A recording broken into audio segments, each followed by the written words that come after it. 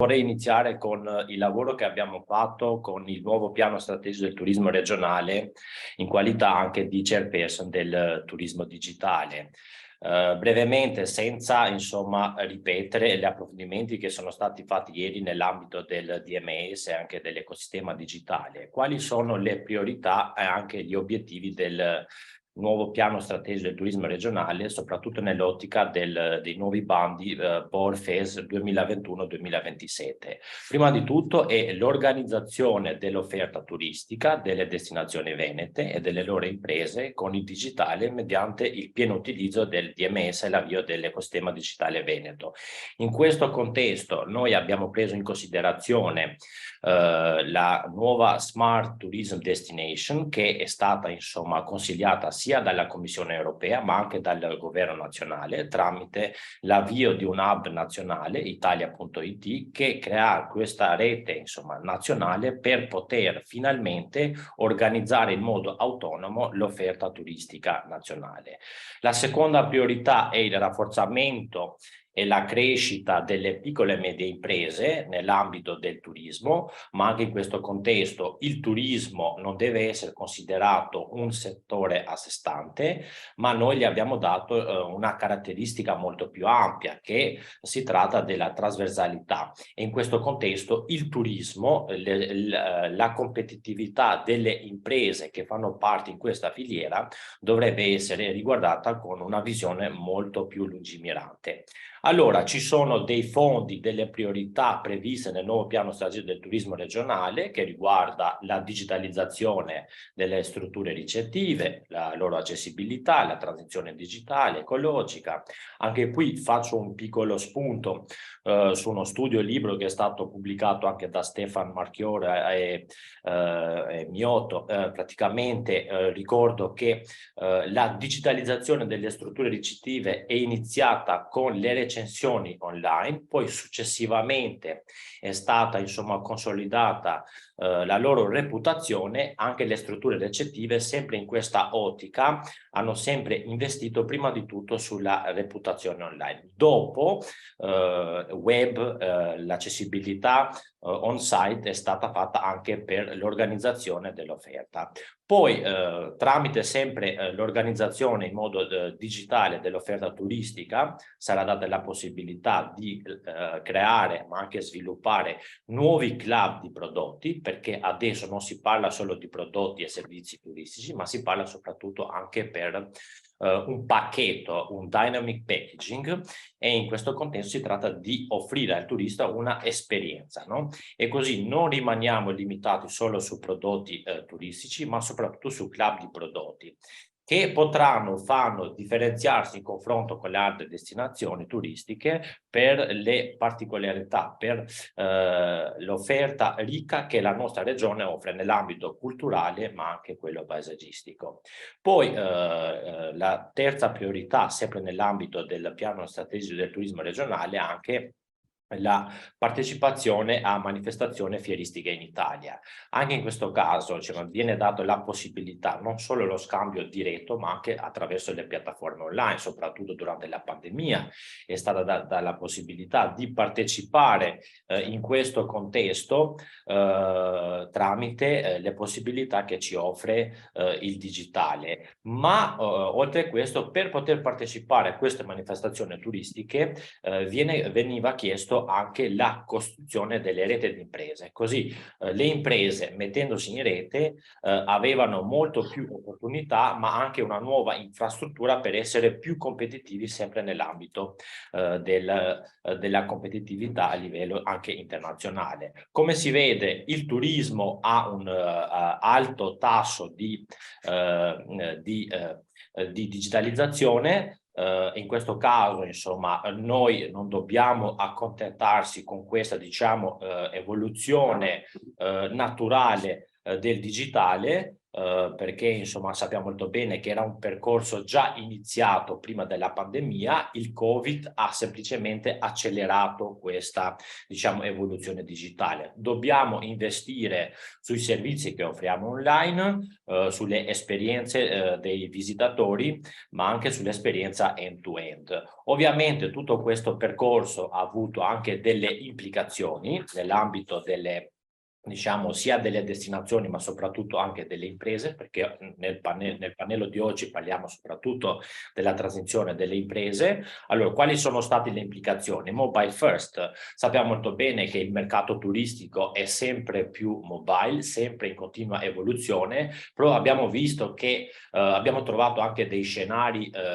sempre più imprevisti, non soltanto la pandemia, ma anche le conseguenze della guerra, l'inflazione, il ricarico delle materie prime, perciò dobbiamo abituarsi sempre con un mercato in continua evoluzione.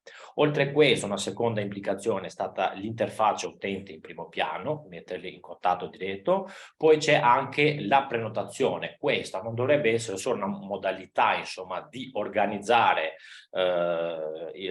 l'esperienza del visitatore, ma deve essere dato anche la possibilità di essere gestita in semplicità di 2 clic. L'ultima, insomma, implicazione si tratta di favorire il dynamic packaging, quello che ho detto anche prima, insomma, la creazione in autonomia dell'intero pacchetto, ma anche dell'esperienza che noi offriamo al turista. E in questo contesto, insomma, il digitale si vede che ormai non dovrebbe essere considerato come un settore a sé stante, diventa un ambiente di lavoro obbligato, e in questo contesto, insomma, la trasversalità del digitale non entra solo negli ambiti interni dell'economia turistica, ma su tutto il settore economico della nostra regione, dell'Italia. Perciò, insomma, dobbiamo esserci in grado di organizzarsi sia nell'ambito della domanda ma anche nell'ambito dell'offerta. Come? Organizzandosi. Se le imprese e le destinazioni non si organizzano, qualcun altro lo farà, e questo ovviamente per i nostri operatori turistici non sarà indolore. Quali saranno le modalità di organizzare l'offerta? La prima possibilità è data dall'alleanza con le OTA, no? Con i portali MetaSearch, con i grandi player, con i colossi dello sharing economy, però questo percorso presuppone però un rapporto paritario per destinazioni e le imprese che rimangono rilevanti. Poi la seconda modalità è proprio quello di organizzare un percorso alternativo e la costruzione di un vero e proprio marketplace turistico, con l'adesione delle nostre imprese ma anche delle nostre DME nell'utilizzo del DMS. Ho detto semplicemente brevemente. Poi nell'ambito sempre della digitalizzazione delle imprese turistiche, come vedete, insomma, insomma, giusto per dare una misurazione con dei numeri concreti, con un grafico, insomma, anche nello studio che è stato fatto dall'Istat, vediamo che c'è una grande, insomma, crescita dell'utilizzo non soltanto dei siti web degli operatori turistici, ma anche dei vari canali, delle piattaforme. All'inizio è stata usata per poter, insomma, lavorare sulla reputazione online, sulle ricerche. Poi successivamente vediamo l'importanza del digitale non soltanto sul miglioramento della reputazione, delle esperienze che noi offriamo ai visitatori, ma anche per l'organizzazione dell'offerta. Questo è importante. Vediamo una crescita, insomma, non solo dei siti web, ma anche dei canali social. Poi un altro dato, insomma, che comunque non va a prescindere dal settore del turismo, anche se ci sono anche il commercio oppure le vendite online. Anche in questo caso, insomma, c'è stata una crescita esponenziale durante la pandemia, cioè nel 2021, però nel 2022 abbiamo visto una loro stabilità, insomma, su queste cifre. Ci sono dei numeri che ci fanno capire l'importanza, ma anche la crescita che la digitalizzazione sta offrendo nel mondo delle imprese, degli operatori turistici, e che comunque dà hanno un traguardo futuro e che dobbiamo esserci sempre in grado di cogliere questa opportunità per poter trovarsi pronto. Nelle stesse indagini Istat svolta tra le attività economiche che utilizzano più intensamente i singoli canali di vendita web, è emerso che le imprese turistiche alla fine del 2021 avevano avuto prestazioni mediamente migliori rispetto alla media delle altre imprese. In particolare queste ultime sono caratterizzate da quote sul totale di fatturato realizzate tramite i siti web che nel 2021 hanno raggiunto un range compreso tra il 5 e il 15%. Unica eccezione il settore turistico dove si è toccato il 35%. Per quest'ultimo comparto l'incremento di vendite tramite siti web è stato di 10,9 punti percentuali nel 2021 da 24,1% a 35% e questo è molto significativo nonostante gli effetti della crisi. Questo era giusto per dare insomma una panorama ma anche una misurazione sul percorso di digitalizzazione. Emiliano, scusa, ti devo interrompere, ho bisogno che tu vada alle conclusioni perché poi... Sì. Grazie, Ecco. grazie. Poi, certo, penultimo slide parla della digitalizzazione del viaggio dei turisti, dei visitatori.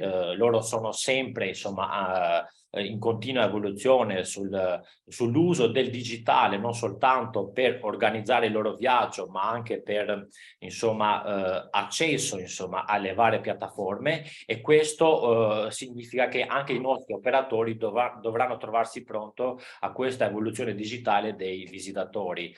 Ci sono delle priorità, abbiamo visto, insomma, quali sono le implicazioni. I visitatori di oggi hanno portato, insomma, delle novità importanti. Ci sono le opzioni di pagamento da mobile oppure da remoto, c'è il check-in online, c'è l'assistenza virtuale, i tour virtuali, i chiavi virtuali per aprire le camere, ma questo si sta usando non soltanto negli alberghi, ma soprattutto nel comparto di affittacamere, delle B&B, insomma, evitare anche il contatto, insomma, cioè diventare tutto smart. Per quanto riguarda le opzioni di pagamento, anche in questo caso, insomma, in Italia c'è un grandissimo handicap: i costi dell'uso del pagamento elettronico in confronto con gli altri paesi europei sono elevati. Anche in questo caso ci sono tantissime start-up che stanno, insomma, lavorando in questa ottica, non soltanto per azzerare le commissioni, ma anche per poter garantire del cashback. E in questo caso, insomma, entra in gioco anche l'impatto crescente del fintech, buy now, pay later, è un sistema di cashback. Questo potrebbe aiutare sempre, insomma, l'azzeramento dei costi delle commissioni del pagamento elettronico tramite carte di credito, bancomat. E poi l'ultimo slide parla di un esempio concreto. Abbiamo parlato l'anno scorso, ma qui ho cercato di semplificare come potrebbe essere usato blockchain nel settore del turismo. Allora, un esempio concreto potrebbe essere l'implementazione di una card che permette di ottenere gli oggetti NFT. Ogni card riporta sul retro istruzioni e un codice, ovvero un numero univoco attraverso il quale gli utenti hanno accesso al digital wallet oppure il portafoglio digitale, il tutto in pochi passaggi. I possessori della card dovranno inserire il codice in una piattaforma e l'esperienza acquisita viene trasferita nella personale collezione NFT oppure all'interno di questo portafoglio digitale. Il codice univoco della card consente di caricare gratuitamente nel periodo, cioè nel proprio wallet, gli NFT, che è un certificato, insomma, garantito tramite l'infrastruttura che ci offre il blockchain. Può trattarsi in questo caso di caricare il suo paesaggio, un'attrazione, un'esperienza culturale da vivere, ma anche dei video, immagini a 360 gradi.